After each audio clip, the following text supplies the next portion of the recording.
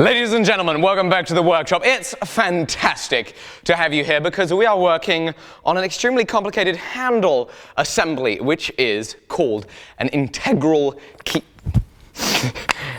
keyhole handle. You make a wood piece like this, you get it to fit perfectly in that without any gaps. You rely on the friction of the press fit and then 3 pins to hold it all together. It's a very complicated handle design because we're dealing with all sorts of measurements that need to be right, all angles that need to be right, radii that need to be right, which is why on yesterday's episode we made this oak practice piece. What we're gonna do now, because doing this practice piece taught me I need a 1 inch wide sharp cornered platen. I only have a 1 inch wide radiused corner platen from when it was that we actually ground this out. And we also need to leave a little prouder with the belt and then go in with files and chisels to finish this off and get it so that it can then be a press fit without any gaps. So the first thing we're gonna do is we are gonna cut a piece of steel here in the bandsaw for our platen.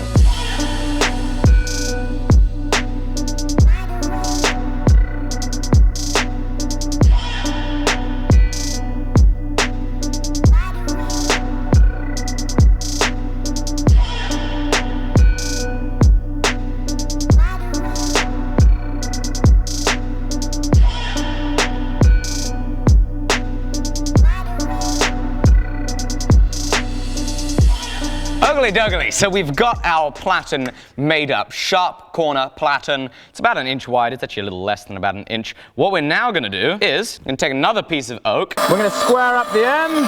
We're going to super glue this to our workpiece. And now that that's set, I'm going to use a Sharpie and then a scribe to lay out my keyhole onto the oak. There we go. Into the bandsaw and then into the grinding room to get this a little close and see how much better this time we do with our fitter.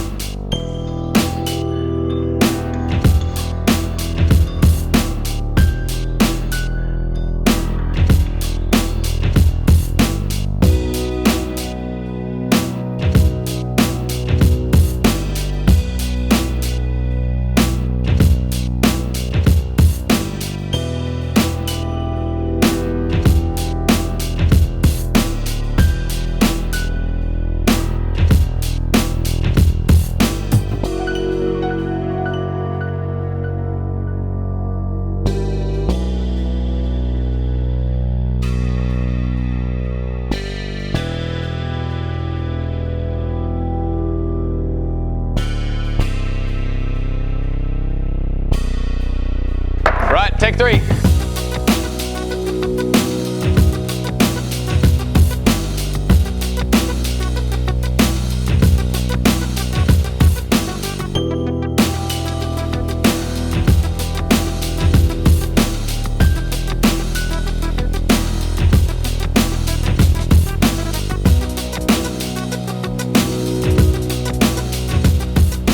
So we have ground off the rest of the wood to see what it's like on this, attempt number 3. Attempt number 3 has gone a lot better than the others, and I think that is because we used my favorite, blue diecom.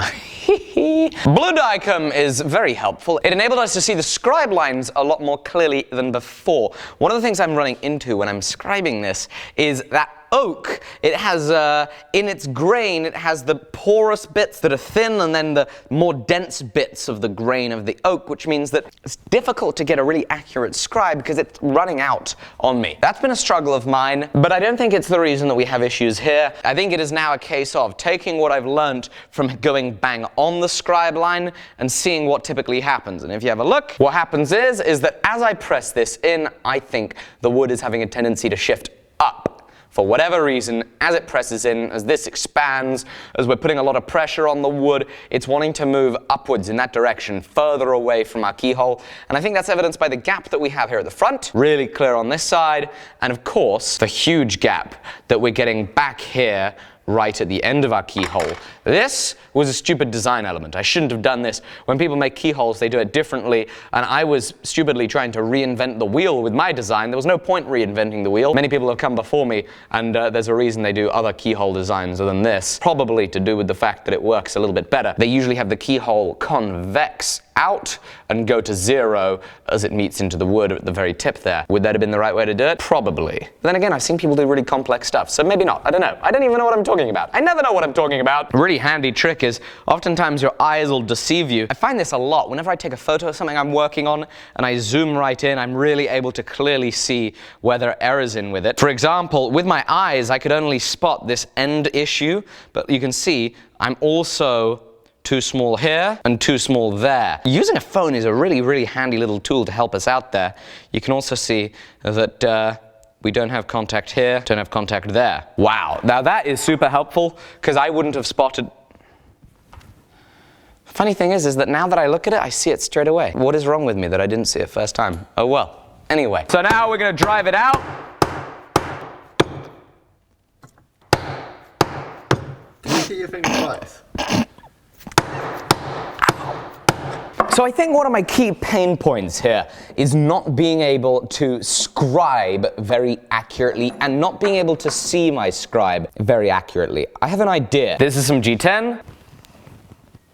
I'm going to cut some off, lay down some super glue, and we're going to super glue it down. Then I'm going to blue dicum the G10, more masking tape.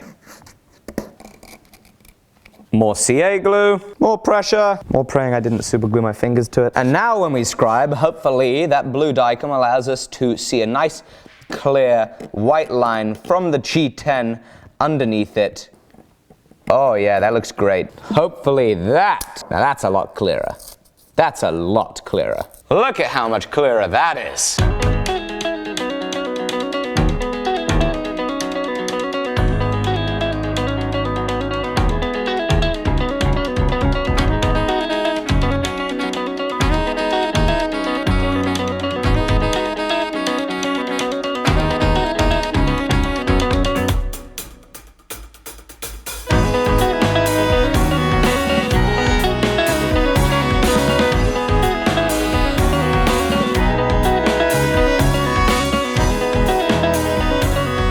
Attempt number 4 has taught us a lot. The ability to scribe on the G10 because of the dicum was really fantastic in helping this. I was able to grind extremely close to finish, but there's still one issue. Much like on the last attempt, we still got air here at the ends. Now, I said I was gonna come proud of the scribe lines for this.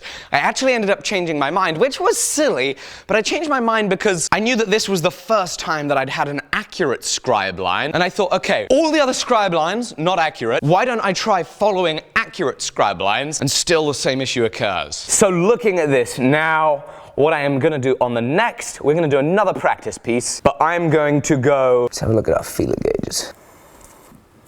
About a full 0.5 millimeter, 0.4 millimeters, it's about 16 thou. We're gonna go that distance back in that direction of the scribe line so that hopefully when we do the next setup, we get a little closer to having our full contact here. One trick with how this is all set up though, one difficulty, is that naturally as we apply pressure to this, we're changing the dimensions to what it is that we scribe, and I wonder if that's part of our issue here, because this is swelling out, and this has swelled out a decent bit just from the pressure of this. We want a decent degree of pressure because that's part of what holds it, is the pressure. It's meant to be a friction fit, then with pins to help, but the friction fit's meant to be, most of what's holding it. It's a difficult one because as we press fit that in, our dimensions are changing, so I think it's probably a case of anticipating how it's going to flex and the dimensions are going to change once it's under load and making those adjustments, and it would appear to be that the big key thing is under load, these ends are spreading out, which means that they go back. We'll see if we can account for that on the next one. Right, so this is a piece of African blackwood. I'm wanting to use African blackwood for the final handle. I don't know if we're going to get it on the first go with the African blackwood, but I do know the African blackwood is going to be reacting differently to working with the oak, and so getting a little bit of experience with it while we still got enough material for another attempt at least, probably going to be a good idea. It's covered in this wax coating, which is very interesting to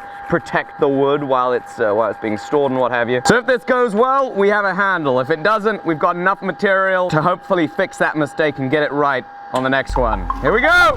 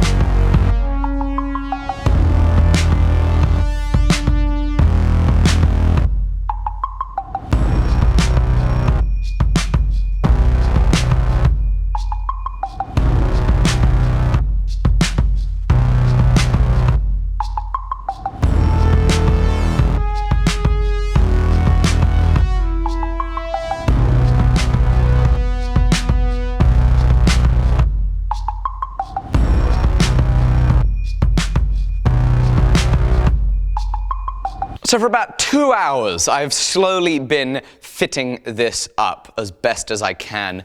It has been extremely difficult, and what I've been doing, squeeze it in a little bit, shine a light from the backside, see where we have contact, and then I've been using this tool a lot. Now this is one of my father's cabinet scrapers. Very interesting tool. It has an ever so slight burr here on one side, which means that as you apply pressure and you drag across, it'll shave away just the slightest amount of material. And this has been very useful because it's got this sharp corner here too, which has allowed me to get into some of the nooks and crannies.